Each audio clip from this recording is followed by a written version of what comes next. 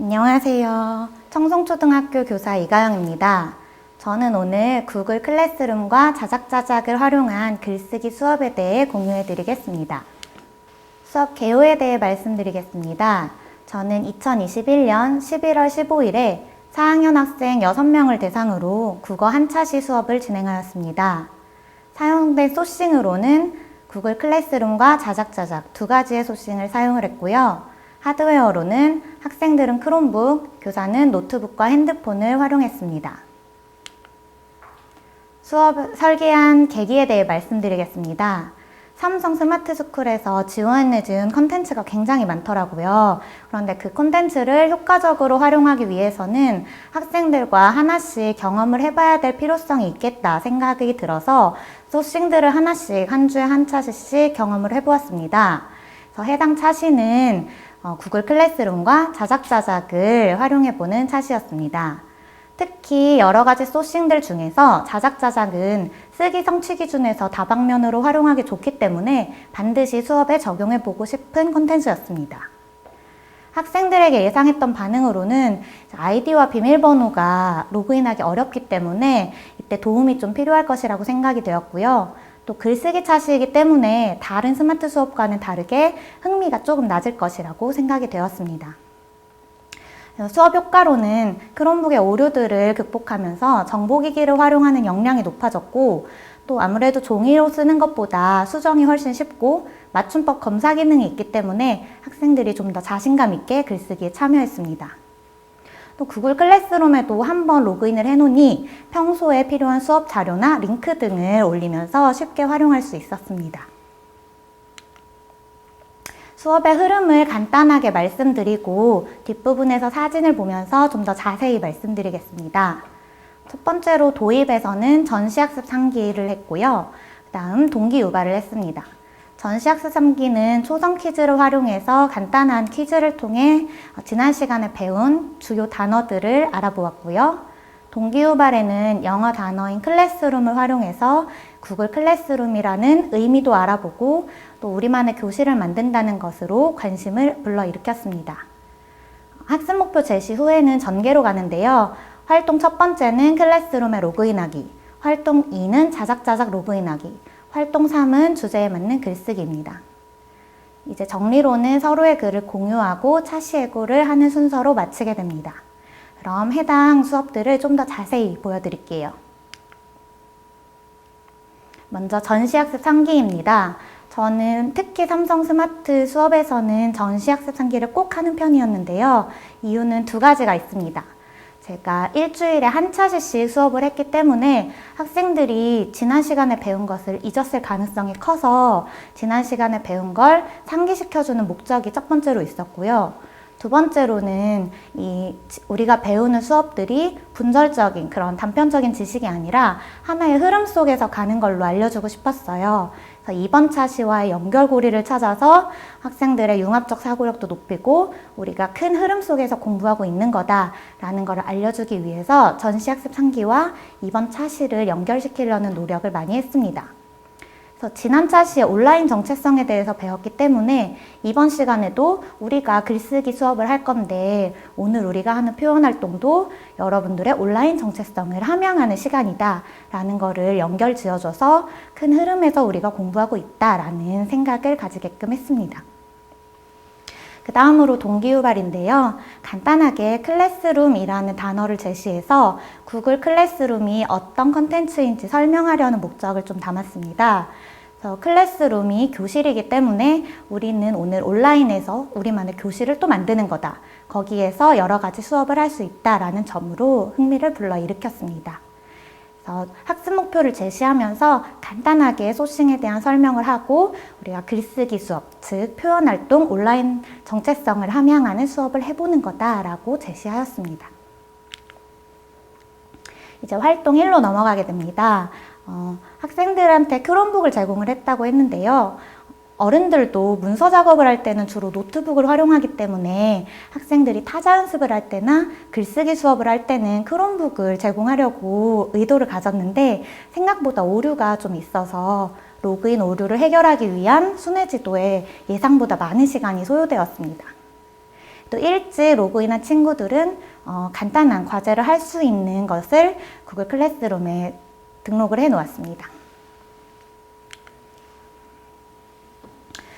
그 다음으로 모든 학생들이 로그인한 것을 확인한 후에 핸드폰으로 과제를 제시했습니다.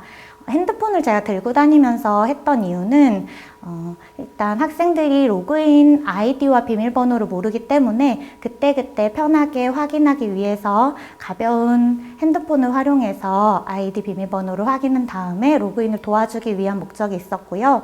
또 클래스룸에도 제가 임시 저장해 놓은 과제를 그때그때 등록하기 쉽게 핸드폰을 들고 다니면서 활용을 했습니다. 제 화면을 보여줘야 될 때는 스마트북 플러스를 활용해서 쉽게 미러링 할 수 있기 때문입니다. 핸드폰으로 중간에 과제를 제시한 이유는 미리 공개해 놓으면 설명을 듣지 않는 학생들이 생길 수 있고 또 임시 저장을 해 놓은 과제를 그때 등록하면 편하게 할 수 있기 때문에 핸드폰으로 과제를 제시하였습니다. 오른쪽에 보이는 사진이 이제 제가 임시 저장해 놓았던 과제인데요.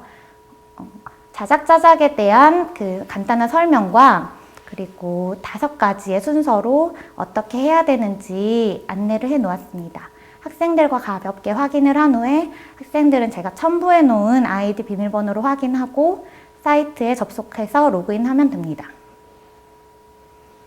네, 이제 학생들이 모두 자작자작에 로그인한 것을 확인한 후에 저는 사이트에 대한 설명을 해주게 됩니다. 어떻게 글을 쓰고 등록을 하는지, 맞춤법 검사는 어떻게 하는지, 그리고 내가 등록한 글을 어떻게 수정할 수 있는지를 간단하게 보여준 후에 제가 써놓은 예시글을 함께 봅니다. 모범 사례를 제시하는 것이 학생들에게는 어떻게 글을 써야 되는지 고민할 시간을 많이 줄여주는 것 같아서 예시 자료를 준비해 놓는 것은 중요한 것 같습니다. 오른쪽 아래 보시듯이 빨간색으로 노트북과 핸드폰에 동그라미 표시를 해 놓았는데요. 노트북에는 자작자작을 로그인해 놓고 핸드폰에는 온라인 구글 클래스룸에 로그인을 해 놓아서 언제든지 화면을 쉽게 전환하여서 볼 수 있습니다. 오른쪽에는 이제 4학년 담임 선생님이 학생을 지도하는 사진인데요. 저는 항상 이 온라인 클래스룸 수업을 담임 선생님과 함께 진행을 했습니다. 요 반 학생들이 도움반 학생들도 있고 또 한글이 미숙한 친구들이 있는데 담임 선생님과 팀 티칭을 하게 되니까 훨씬 수월하게 수업을 진행할 수 있었습니다.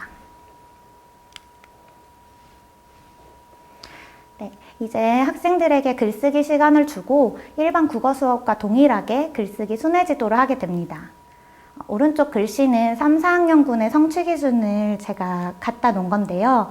회색이 아닌 검정색 글씨로 되어 있는 성취 기준들은 언제든지 자작자작을 활용할 수 있는 성취 기준입니다. 사실은 저는 한차시였기 때문에 학생들에게 충분히 글쓰기 할 시간을 주지 못해서 성취 기준과 연결고리는 강하지 못했는데요.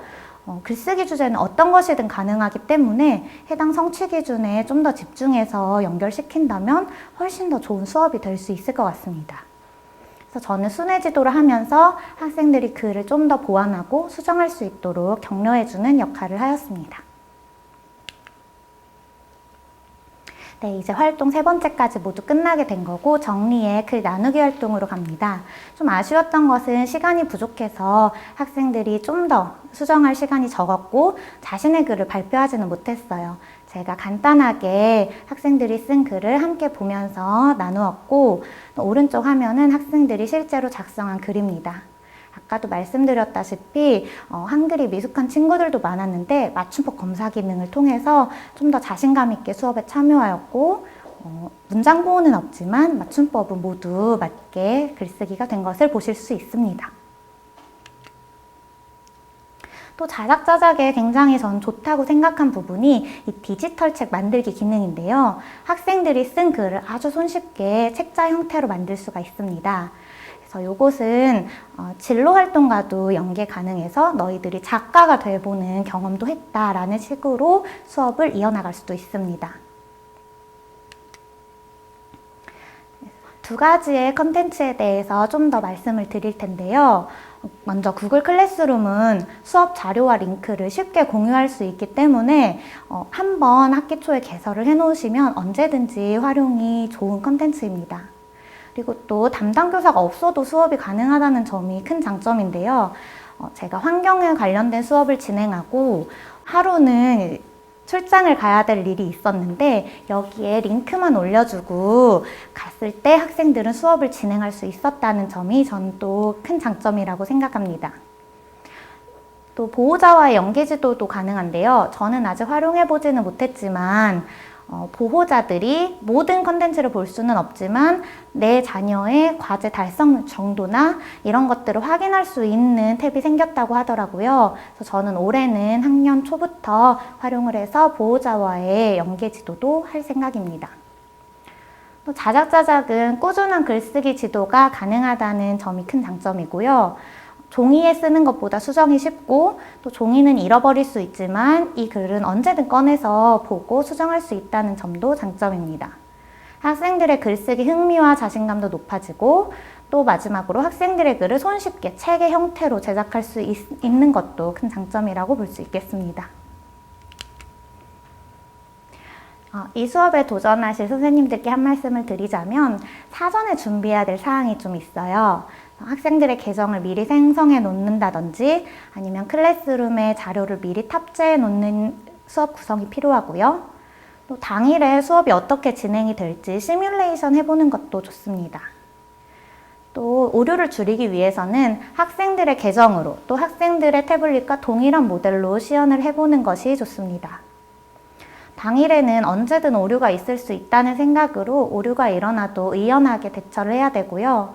또 수업의 흐름이 자연스럽게 연결되도록 하드웨어와 소프트웨어를 투입하고 제거하는 시점을 잘 생각해 놔야 합니다. 또 저는 좀 놓쳤던 부분이 성취 기준인데요. 성취 기준을 달성하고 또 과정중심 평가까지 이루어지도록 계획하면 좀 더 질 좋은 수업이 이루어질 수 있겠습니다. 아쉬웠던 점은 시간이 촉박해서 글쓰기 하는 시간이 예상보다 짧았던 점이고 자신의 글을 직접 발표하지 못했던 점입니다. 그래서 자신의 글을 좀 더 보고 검토하고 수정하고 보완할 시간이 필요할 것 같습니다. 해당 차시는 국어 시간과 연계해서 글쓰기 단원의 마지막 혹은 글쓰기 단원 전체에 활용하면 더욱 좋았을 거라고 생각이 됩니다. 또 저는 크롬북을 사용을 했지만 태블릿에도 키보드를 같이 제공해 주셨기 때문에 태블릿을 활용하는 것이 더욱 적합하였을 거라고 생각이 됩니다. 네, 저의 수업 사례는 이상으로 마치고요. 질문이 있는 선생님들께서는 편하게 질문해 주시면 되겠습니다. 감사합니다.